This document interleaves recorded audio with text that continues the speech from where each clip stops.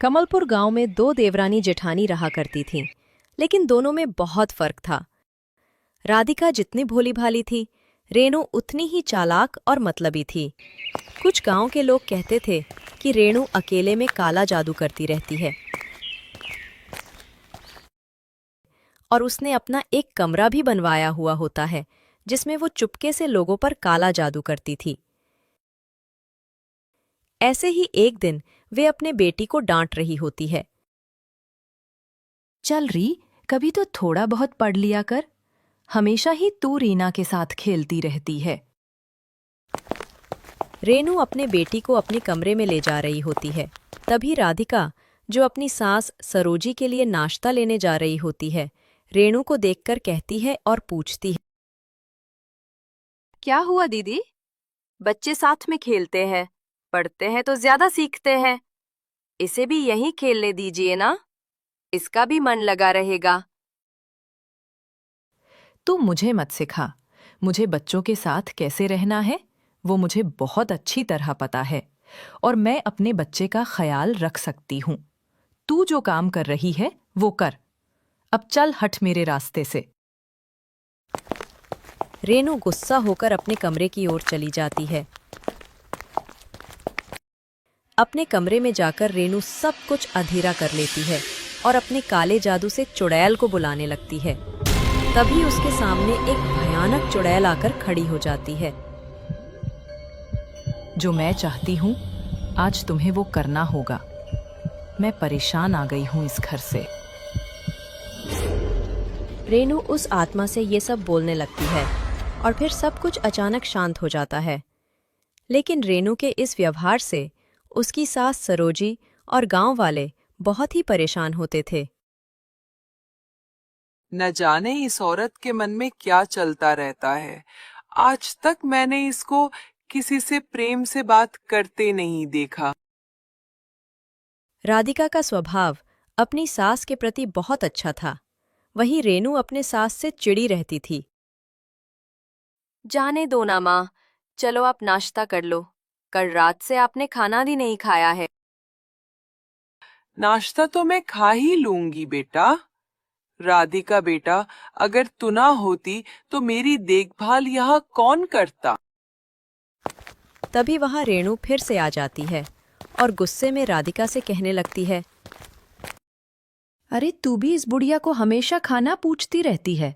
अरे इन्होंने पूरी जिंदगी खाना ही तो खाया है, कभी हमसे भी पूछ लिया कर। हर समय इन्हीं की चिंता करती रहती है। मैं भी तो तेरी कुछ लगती हूँ, और वैसे भी अब इनकी जिंदगी खत्म हो चुकी है। अब बस ये कुछ ही दिनों की मेहमान बची हैं।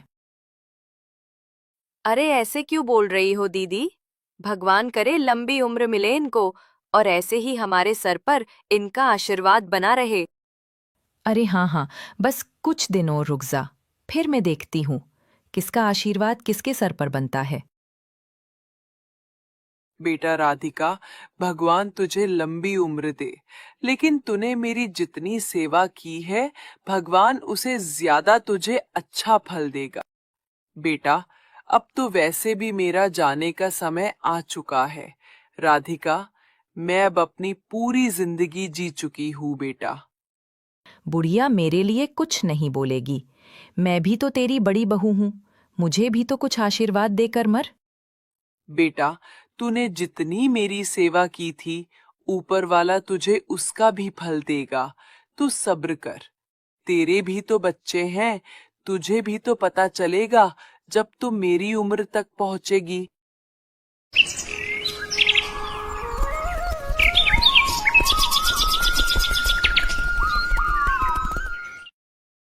कुछ दिनों बाद रेणु और राधिका की सास बहुत बीमार पड़ जाती है। जब से रेणु ने उन्हें बुरा भला बोला था, उसके बाद वो चरपाई से उठी ही नहीं थी। फिर कुछ दिन बाद अचानक उनकी मृत्यु हो जाती है। उनके मरते ही दोनों देवरानी जेठानी अलग अलग रहने लग जाती हैं। गांव की औरतें भी गली में उन दोनों के बारे में चर्चा करती रहती हैं। देखो कोमल, राधिका के घर में कितनी शांति है, और रेनू के घर को देखो, वहाँ तो हमेशा कोई ना कोई दुख रहता ही है। मुझे तो लगता है रेनू कोई काला जादू करती है, तभी तो वो अपनी जिंदगी में इतनी परेशान रहती हैं। तभी उन दोनों को रेनू अपनी तरफ आते दिखाई पड़ती है। अरे कोमल, चलो जल्दी यहाँ से। यदि उसने कुछ सुन लिया तो बेमतलब गले पड़ जाएगी और बुरा भला कहने लगेगी। राधिका की खुशी की जलन से भरकर रेनू राधिका के घर की तरफ निकल पड़ती है, क्योंकि हमेशा राधिका की खुशी से जलती रहती थी।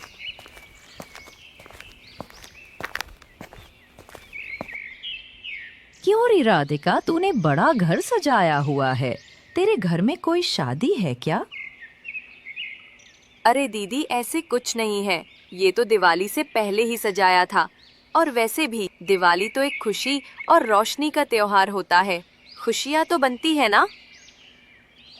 खुश तो तब होगी ना जब तू खुशी बनाने लायक होगी, जब कोई तेरे साथ घर में दिवाली मनाने के लिए बचेगा।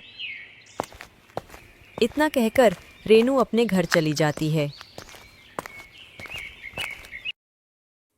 अब रेनू घर की सारी बत्तियां बंद कर लेती है और फिर काला जादू करने लग जाती है। तभी उसके तंत्र मंत्र से अचानक एक भयानक चुड़ैल उसके सामने आकर खड़ी हो जाती है। जिस तरह तूने मेरी पहली ख्वाहिश पूरी की थी, सास को मारकर, आज उसी तरह राधिका के पूरे परिवार में खुशी के बदले उनकी जिंदगी में गम ही गम भर दो। ये कहकर वो काला जादू करने लग जाती है। फिर चुड़ैल काले जादू से रेनू को एक लाल कपड़ा देती है और कहती है, ये जो लाल कपड़ा है ना, इसको तो जिसके घर में रखेगी उस घर का नाश क्या, घर ही बर्बाद हो जाएगा। अब देखती हूँ राधिका कैसे खुश रहती है मुझसे ज्यादा। अब राधिका के परिवार में किसी को नहीं छोड़ूंगी, इसका घर ऐसे ही बर्बाद कर दूंगी। रेनू पोटली लेकर राधिका के घर पहुंच जाती है और राधिका के कमरे में चुपके से उसे छुपा देती है।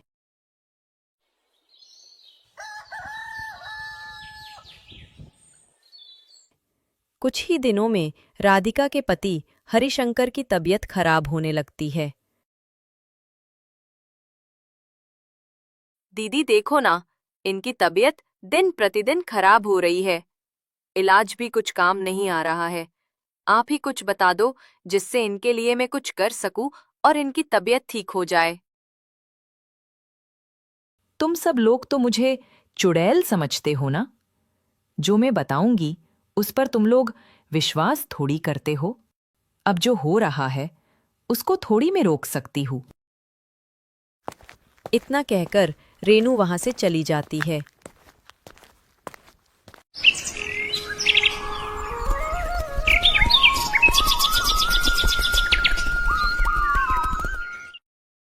कुछ ही दिनों में हरिशंकर की मृत्यु हो जाती है। जब राधिका घर की सफाई कर रही होती तो राधिका को एक लाल पोटली मिल जाती है।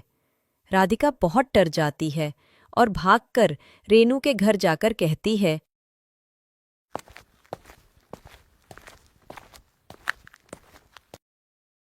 दीदी, आपने ये सब क्यों किया? क्या मिला आपको मेरी जिंदगी बर्बाद करके? मेरी सारी दुनिया तुमने छीन ली। तुम्हें तो भगवान भी माफ नहीं करेगा। तभी रेनू गुस्से में राधिका पर काला जादू करने लगती है। काले जादू से रेनू जमीन पर गिरकर बेहोश हो जाती है। राधिका जब होश में आकर देखती है तो उसके सामने एक चुड़ैल खड़ी होती है। दीदी, ये सब क्या है? मैंने तुम्हारा क्या बिगाड़ा है? मुझ पर इतना जुल्म क्यों कर रही हो? पर रेनू उसकी एक न सुनती और चुड़ैल से राधिका को मरवा देती है और घर के आगे फेंक देती है।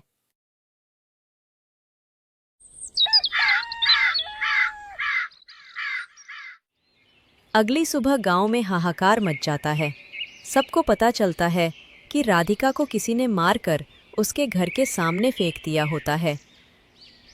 सभी गांव के लोग गम और डर की वजह से शांत खड़े होते हैं। पर रेनू के चेहरे पर एक ठंडी मुस्कान होती है। उसको चेहरे पर कोई गम नहीं होता है। देखना दीदी, कितनी बेशरम औरत है। अपने घर की मौत पर अफसोस भी नहीं हो रहा। मुझे तो ये सब इसी का किया धरा लगता है। वैसे भी चुड़ैल लगती है ये। रेनू उनकी सारी बातें सुन रही होती है। इनको अंदाजा नहीं है मैं क्या कर सकती हूँ। आज इन दोनों को बताऊंगी असली चुड़ैल क्या होती है। अब बस राधिका के घर में उसकी 5 साल की लड़की रीना बच गई होती है, जिसको रेनू अपने साथ ले जाने को कहती है। रीना, तेरी माँ तो मर गई है, अब तू यहाँ रहकर क्या करेगा?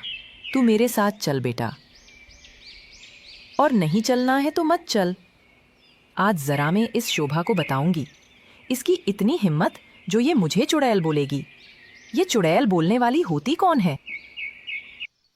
फिर आधी रात को रेनू शोभा के घर पहुंच जाती है और चिल्लाने लगती है। अरे ओ शोभा, जरा बाहर तो आ। आज मैं बताती हूँ मैं क्या कर सकती हूँ। क्या हुआ रेनू दीदी?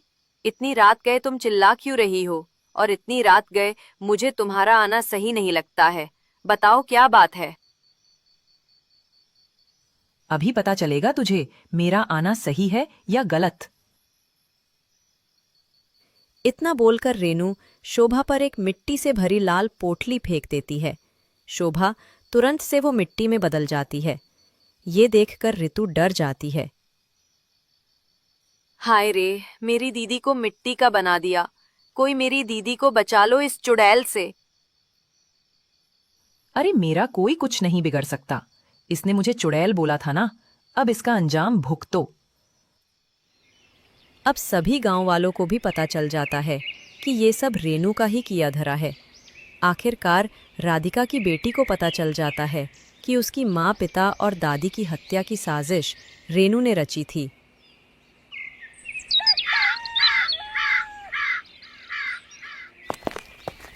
गांव के कुछ लोग पंडित जी के साथ रेनू के घर पहुंच जाते हैं और उस कमरे में घुसते हैं जहां रेनू काला जादू करती थी। तुम सब यहाँ क्या कर रहे हो? लगता है तुमने अपनी मौत को बुलाया है मेरे हाथों। पंडित जी बिना देर किए जल रहे हवन कुंड में रेनू का सारा सामान फेंक देते हैं। जैसे ही सामान फेंका जाता है, रेनू को ऐसा महसूस होता है कि उसका शरीर खाली सा हो गया है। उससे वो अपाहिज हो जाती है और चलने फिरने में असमर्थ हो जाती है। उसके बाद शोभा भी ठीक हो जाती हैं।